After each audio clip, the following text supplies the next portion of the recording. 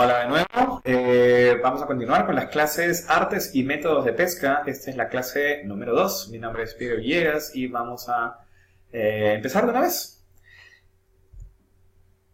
Conversábamos la semana pasada, la clase pasada, que las artes de pesca han evolucionado de tal forma que han tratado de cubrir básicamente los distintos ambientes en los cuales se puede llevar a cabo las faenas, las actividades de pesca. De tal forma que se ha diversificado los tipos, las clases de artes de pesca según el ambiente donde se desarrolla. Hablábamos, si hacemos un corte transversal del mar peruano, por ejemplo, vemos que hay distintos dominios, se ha tratado de zonificar, por ejemplo, el mar, ¿no? Definimos, por ejemplo, una zona costera, del dominio marítimo costero, por ejemplo, y una zona a la que denominamos pelágico. Básicamente, cuando decimos pelágico, decimos superficial. Hay recursos pesqueros, por ejemplo, la choveta, el jurel, la caballa, los atunes, por ejemplo, que son de un comportamiento más pelágico, significa de que nadan y el mayor tiempo de su ciclo de vida lo pasan en la superficie del mar o en la zona bastante relacionada con la superficie, ¿no? Otro tipo de recursos están más relacionados con el fondo marino. A estos recursos se les denomina recursos demersales. Están asociados, no directamente de repente en el fondo marino, sino que viven asociados al fondo del mar. Hay unos recursos, obviamente, que sí viven prácticamente en contacto directo con el fondo marino, por ejemplo, los lenguados, los cangrejos, algunos peces, bagres, por ejemplo. Sin embargo, no necesariamente tienen que estar en contacto directo con el fondo, pueden estar cerca al fondo, pero su comportamiento en realidad es más de fondo, ¿no? Y se mueven en relación al fondo del mar, ¿no? Por ejemplo, los congrios, la merluza, son peces en los cuales viven más en el fondo del mar, ¿no? Entonces, las distintas artes de pesca han tenido que evolucionar, han tenido que cambiar, adaptarse a estos distintos ambientes, ¿no? Vamos a ver, por ejemplo, qué métodos de pesca están más relacionados con las especies pelágicas, por así decirlo, ¿no? En este caso, por ejemplo, vemos acá redes de cerco, ya sea de menor escala o de mayor escala. Las redes agalleras o cortinas, como les llamamos acá en el Perú, son estas que, por ejemplo, son de este tipo. Vamos a ver en algún momento después, vamos a ver cada uno de los distintos artes y los métodos de pesca, ¿no? Y no olvidemos el palangre, por ejemplo, pelágico, o también se lo denomina espinel, también acá, que está dirigida a otros tipos de recursos, ¿no?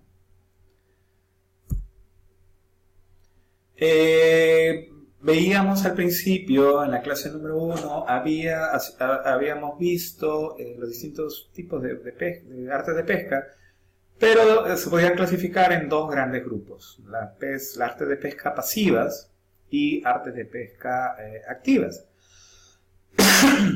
Cada una tiene sus ventajas y sus desventajas, obviamente. Las artes de pesca pasivas tienen la ventaja que son de diseño y construcción sencillos. Los pescadores pueden construir sus propias redes de pesca, por ejemplo, de forma pasiva. El costo es relativamente bajo y requieren verdaderamente poco entrenamiento especializado, con un poco de educación, y es una educación que se transmite básicamente en la misma familia, de padres a hijos.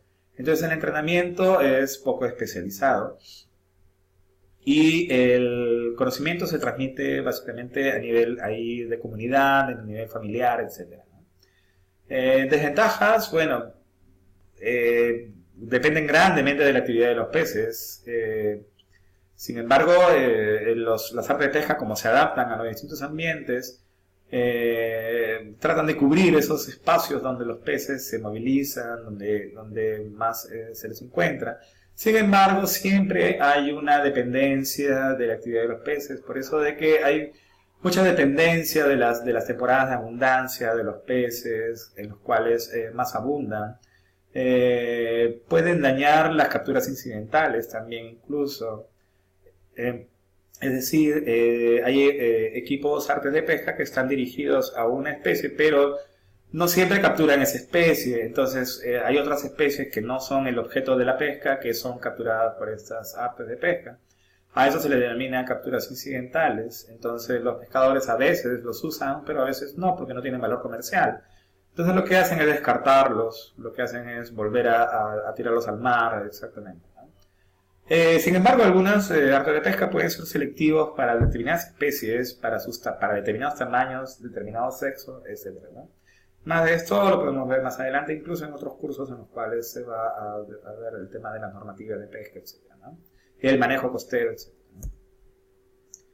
Dentro de estas redes, de estas artes, las redes son las más comunes. Las más comunes de las artes de pesca son las redes, en realidad, ¿no?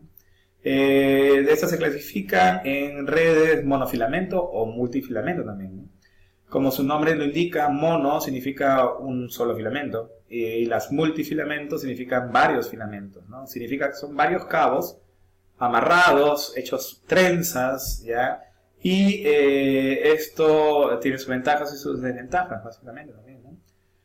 Las faenas de captura por enmalle o engalle, por eso se le dice agalleras, porque usan la forma del pez y la configuración de las agallas para enganchar al recurso, a los individuos, ¿no? De tal forma que ya no se pueden escapar, en realidad, ¿no? Para estas redes de agalleras se acostumbra más a usar redes monofilamento. Ya, no quiere decir que no se usen las multifilamentos también, sino que ambas son eficientes, pero sin embargo las redes monofilamento no pesan tanto, no, porque no absorben agua, por eso los pescadores artesanales las usan mucho más. La red monofilamento corre mejor incluso en el agua, la corta mejor, ahí tiene sus ventajas, ¿no? Sobre todo para el tema del enmalle, las agallas responden mucho mejor a veces a las monofilamentos que a las multifilamentos, ¿no? Y las monofilamentos no se usan tanto como las multifilamentos. Además son más livianas porque no absorben el agua, ¿no? Las multifilamentos, sin embargo, son más fáciles de manipular. ¿Ya? Las faenas de pesca ya de un nivel un poco mayor, ya con redes de más tamaño, un poco ya no tanto la pesca artesanal, ya acercándose a la pesca industrial, usan mucho más las redes multifilamento, ¿no? Las redes de trasmayo, los chinchorros, los bolicheros, que son tan comunes acá en el Perú, usan redes multifilamento, son poco más resistentes, no tienen memoria en sus hilos, son más flexibles. Las redes multifilamento tienden a enrollarse y se quedan enrolladas, tienen mucha memoria, se le dice eso, ¿no? Entonces, para labores, por ejemplo, de arrastre, para faenas en las cuales hay que movilizar la red, ya sea para cerco, por ejemplo, para el arrastre, es mucho más fácil hacerlo con redes multifilamento, ¿no? Las fibras con las que están constituidas deben ser tratadas periódicamente, hay un mantenimiento, a veces se rompen. Hay que bañarlos con curtientes, con taninos, con alquitrán a veces, ¿no? Para que puedan durar, ¿no? Entonces tienen un mantenimiento un poco mayor que los multifilamentos. Sin embargo, al ser una pesca un poco de mayor escala, un poquito de mayor escala, permite captar recursos y las ganancias son mucho mayores que permiten, obviamente, este mantenimiento de las redes multifilamentos. Bueno, ahora vamos a ver que hay distintos tipos de artes de pesca hay relacionados con las redes, por ejemplo, ¿no? Las redes de enmalle o cortinas, como se le denomina acá en el Perú, son redes que son básicamente galleras, ¿ya? Son paredes de red, como se ve acá en el gráfico inferior. Se forma como una pared de la red, ¿no? Que se puede fijar ya sea en la superficie o en el fondo, ¿no? e incluso a media agua también incluso, ¿no? Lo que pasa es que hay la facilidad de que la pared está sujeta en la parte de arriba por una línea de flotadores y en la línea del fondo con una línea de plomos o pesos, de tal forma que la pared queda prácticamente fija, ¿no? Entonces lo que hace el pescador va con una lancha, tiende la pared, la cortina, la configura bien, entonces la pone en posición de acuerdo a cómo el pescador determina las corrientes, hacia dónde pueden ir los peces, etcétera, ¿no? Es probable, es una de las formas más antiguas de pesca con red, básicamente. Ha estado en uso durante básicamente miles de años. Entonces, esto es a nivel costero, por ejemplo, hay mucha pesca con redes agalleras o cortinas. ¿Cuál es el principio de una red agallera? Le mencionamos al principio. La malla, estos coquitos, que son las aberturas de la red, sirven para que los peces se enganchen, debido a que las agallas sirven como unos ganchos, básicamente. Lo que hace el pez es trata de cruzar por ese hueco que deja la malla, y si el pez pasa, debido a que es muy pequeño, no se engancha. El pez que es muy grande, lo único que va a hacer es chocar, pero no se va a enganchar. Y el pez que tiene la talla exacta para engancharse, se engancha o se agalla, como dicen los pescadores, ¿no?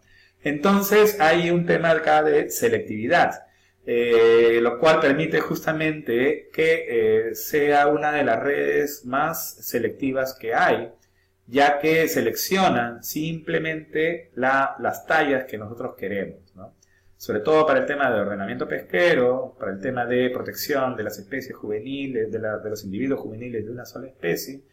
Podemos direccionar hacia un tamaño específico la pesca de acuerdo al tamaño de la malla, ¿no?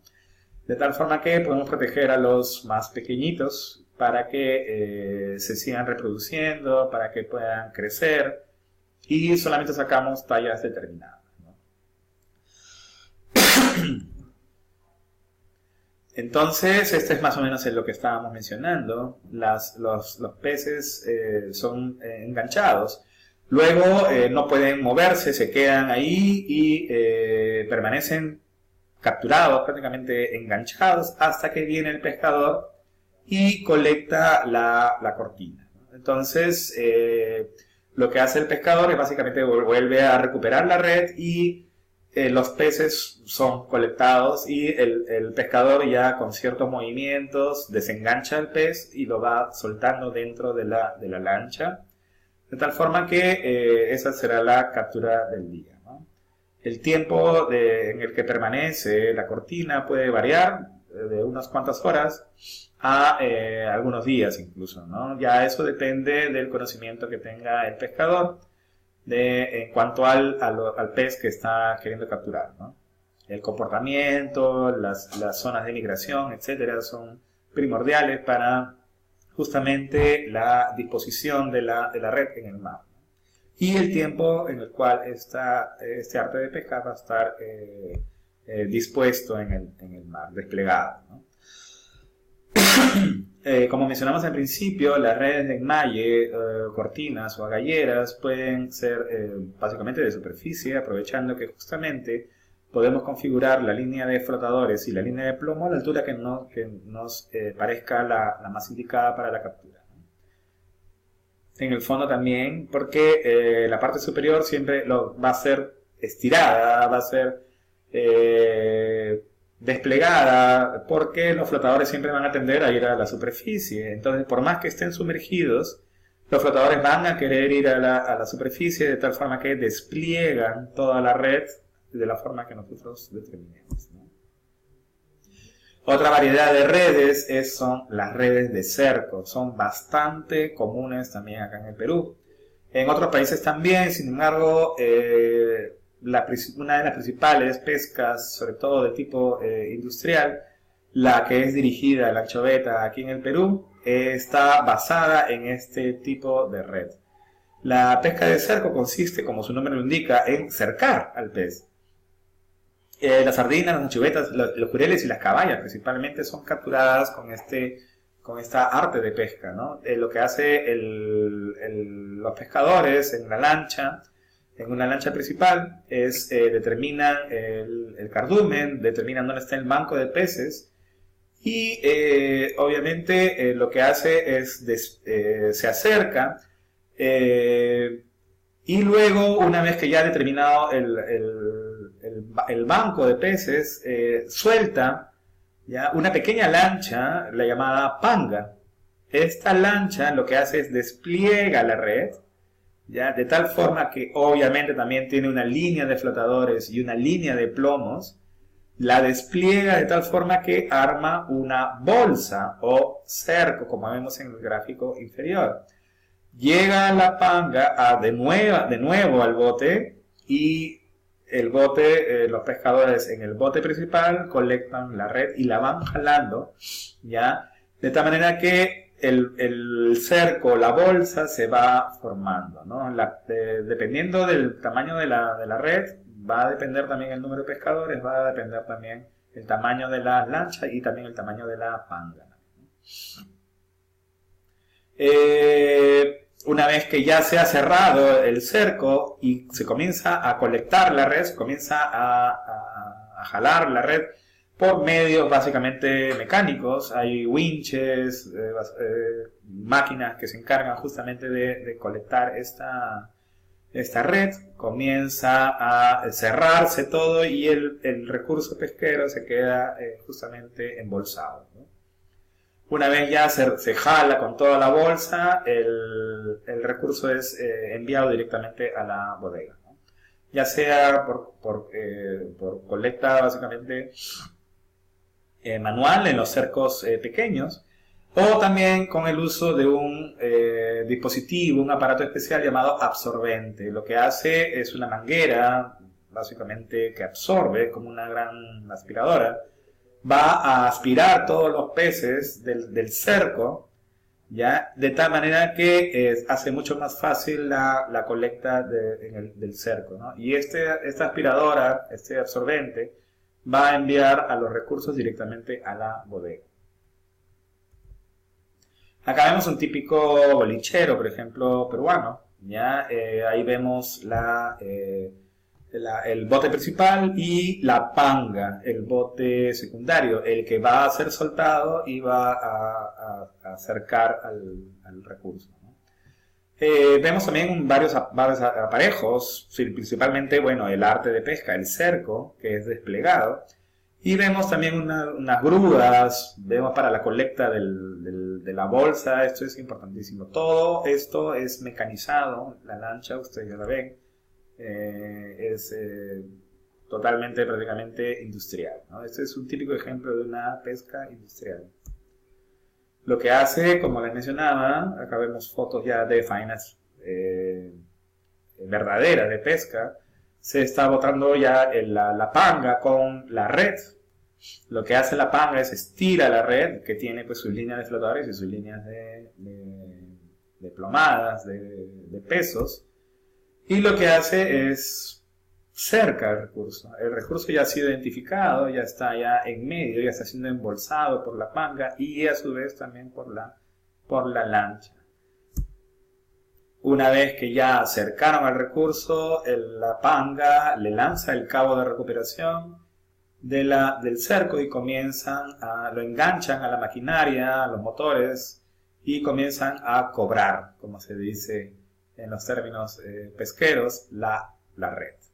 La comienzan a jalar, la comienzan a colectar, etc. ¿Ya? De tal forma que ya se forma el cerco. ¿Cómo es que la pesca de cerco también ha ido evolucionando? La pesca de cerco en el Perú también tiene una historia bastante antigua. Básicamente la pesca de cerco fue desarrollada a mediados del siglo XX. Pero en el Perú ha sido muy usada en la época de los 50, 60, con el llamado boom de la anchoveta, ¿no? este tipo de pesca fue la que básicamente alcanzó los máximos límites de la pesca de anchoveta en los 60s, mediados de los 60 hasta principios de los 70, en que la pesca de la anchoveta colapsó básicamente, ¿no? Como les mencionaba, cómo es que últimamente se ha tecnificado la pesca de tal manera que la lancha, los pescadores, sobre todo el patrón de pesca, ubica a los cardúmenes de peces. Básicamente lo hace porque dispone de aparatos electrónicos que le permiten justamente ubicar los grandes cardúmenes de peces. Básicamente los equipos hidroacústicos, sonares, ecosondas, etcétera, lo que hacen es ubicar los grandes cardúmenes de peces. El barco va navegando en la superficie, pero estas ecosondas, sonares, etcétera, comienza a detectar los bancos de peces. La señal se ve, por ejemplo, acá bastante distintas según las distintas especies a las cuales se puede referir. Por ejemplo, acá vemos la típica mancha en la ecosonda de anchoveta, y las manchas, por ejemplo, de múnida o del zooplancton, por ejemplo, ¿no? Vemos acá que podemos diferenciar incluso por la mancha también, incluso otras especies como jurel, como caballo, etc. Entonces las distintas manchas, la configuración, los colores que nos botan estos aparatos nos ayudan a determinar justamente no solamente la cantidad, porque también estas manchas nos indican también el tamaño del cardumen, sino también las especies, de qué especie se trata, e incluso también ya con ciertos cálculos matemáticos, ya esto se hace a nivel ya un poco más ya científico y técnico. El tamaño de los individuos también incluso, ¿no? Los tamaños pequeños tienen una señal que no tienen los tamaños grandes, por ejemplo, ¿no? Entonces esto es muy importante, la tecnificación de la pesca, ya a nivel ya obviamente industrial, en las faenas de pesca, ¿no? Entonces ya prácticamente está dirigido básicamente a la captura de los peces de una forma bastante efectiva. Es otro gran tipo de artes de pesca que también abundan también en el Perú. También hay varios recursos que son capturados con la pesca de espineles. ¿Ya? ¿A qué nos referimos cuando decimos espineles o palangres? También se le dice en algunos casos. Es un tipo de aparejo utilizado en la pesca artesanal y también en la pesca industrial, en el cual se atan brazoladas, se les denomina, o líneas secundarias a una línea madre. En este caso, por ejemplo, vemos una línea madre y las brazoladas, ¿ya? Estas líneas, estos espineles, pueden ser también, igual que en el caso de las cortinas o agalleras, pueden ser también de superficie, como vemos acá, o también de fondo, dependiendo de la ubicación en la cual se encuentran estos artes de pesca, ¿no? Al final de cada línea secundaria, ya la disposición y la configuración de estas varía de acuerdo al tipo de recursos que nosotros estamos orientando a la pesca, pero todas coinciden en que al final se tienen anzuelos, ¿ya? Entonces estos anzuelos obviamente también van a depender también del tipo de la especie de la que queremos capturar.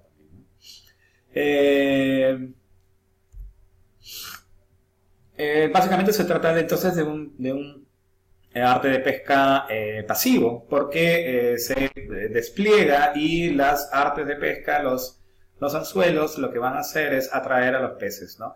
Ya sea que sea con carnada o con anzuelo. La carnada, obviamente, pues es un pedazo de alimento, otros peces más pequeños, los cuales hacen que los peces más grandes naden guiados por el olor y puedan ser mordidos, ¿no? Quieran ser ingeridos los anzuelos, la carnada, y ahí es cuando los peces se enganchan y son capturados, ¿no? Los intervalos, la longitud de las líneas madre, la longitud de las líneas secundarias, depende del tipo de pesca que nosotros vamos a tener, ¿no? El material incluso también depende, el material de los anzuelos, el material de la cuerda, depende mucho de las especies que nosotros queramos capturar. Ahí vemos, por ejemplo, una pesca en el Perú. Ahí vemos a un pescador colectando, capturando un perico. Esa especie justamente es una de las principales que se pescan acá en el Perú con los espineles o palangres. Entonces, no solamente es la única especie que colecta, varias especies de tiburones, por ejemplo.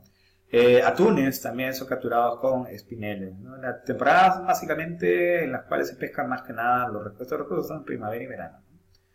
Mientras que las estaciones de otoño e invierno también son más importantes para la captura de tiburón.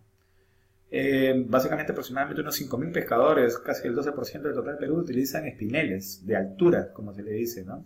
Como obviamente ustedes han podido darse cuenta, esta pesca no se hace mucho a nivel costero. Puede haber alguna de tipo costero, pero más que nada es en el Perú. En el caso del Perú se orienta más que nada a la parte más de fondo, el fondo del mar, ¿no? Más oceánica, más mar adentro, ¿no? Hay algunos datos, por ejemplo, en el año 2010 más de 80 millones de anzuelos son lanzados cada año prácticamente por espineleros peruanos. Acá se pesca mucho pez espada, se pesca mucho perico con este método de pesca. Al igual que con una red de gallera, el arte funciona básicamente igual que en las operaciones de pequeña y gran escala. La longitud de la línea, el número de anzuelos aumenta según el tamaño de la embarcación. Barcos más grandes pueden tener unas líneas mucho más largas, mucho mayores anzuelos, etcétera, ¿no? Conforme aumenta el tamaño del buque, es común que aumente el manejo mecanizado, el arte de pesca. En los espineleros pequeños, con líneas cortas, es más común que los pescadores jalen las líneas. Para eso ya se necesita básicamente el esfuerzo de la fuerza humana. Sin embargo, en los buques más grandes, buques palangreros, como se les denomina, cuentan con equipos motorizados para cobrar la línea, la cuerda, ¿no? Obviamente, esta pesca más mecanizada está más remunerada, por así decirlo, porque las capturas son mucho mayores. ¿Qué especies se orientan a este tipo de pesca? ¿Con la palangre o con o espineleros, como le dicen? Básicamente los grandes nadadores. ¿Cuáles son las especies? Los grandes nadadores, por ejemplo, los atunes, los peces espada, el perico, que son especies que nadan mucho, migran, son altamente migratorias, ¿no? Las de fondo, los palangres de fondo, espineles de fondo, se usan para especies más de tipo demersales, ¿no? Como por ejemplo los pargos, los meros, como acá también se le conoce, los bacalaos, tipo también merluzas, por ejemplo, ¿no? Son especies que son más de fondo, los palangres que se ubican en el fondo también sirven para capturar estas especies que son también fuertemente nadadoras. Otro tipo de pesca también, de tipo pelágico podría decirse, están las lanzas y los arpones en realidad, ¿no? La captura con lanzas y arpones es sumamente antigua, hay muchos registros prehistóricos y de las grandes culturas mundiales, como los griegos, egipcios, romanos, que registran bastante la actividad de pesca con este tipo de arte, ¿no? Están diseñados básicamente para penetrar al organismo, al individuo, objeto de la pesca, con una punta de lanza, con un arpón, etc., ¿no? La lanza y el arpón están sujetos al pescador, básicamente es una cuerda también que la usan para que no se pierda también la lanza o el arpón, ¿no? Entonces lo que hacen es, se ata el arpón al mismo pescador, ya sea que esté en la superficie, ya sea que esté sumergido. También los arpones, las lanzas se usan mucho por los buzos también, ¿no? En el Perú se hace mucha pesca, sobre todo en la pesca en las orillas rocosas, en las islas, etcétera, se pesca mucho con arpón, ¿no? O con lanzas también podría decir. Estas varían en forma, varían en nivel de tecnificación también incluso. Los arpones, bueno, hay hasta pistolas que se usan para lanzar el arpón.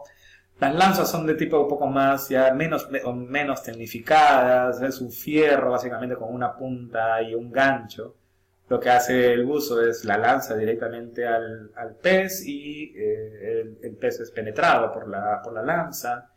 Y debido al gancho, ya el pez ya no puede fugarse, no puede escaparse. Es colectado directamente por el buzo a una bolsa que tienen ellos que se le llaman capachos, y los peces son depositados uno a uno en ese capacho y luego en la superficie es ya almacenado de alguna forma y es vendido directamente en los mercados, en los desembarcaderos artesanales. Ok, finalizamos por ahora nuestra clase número 2. No se pierdan la clase número 3.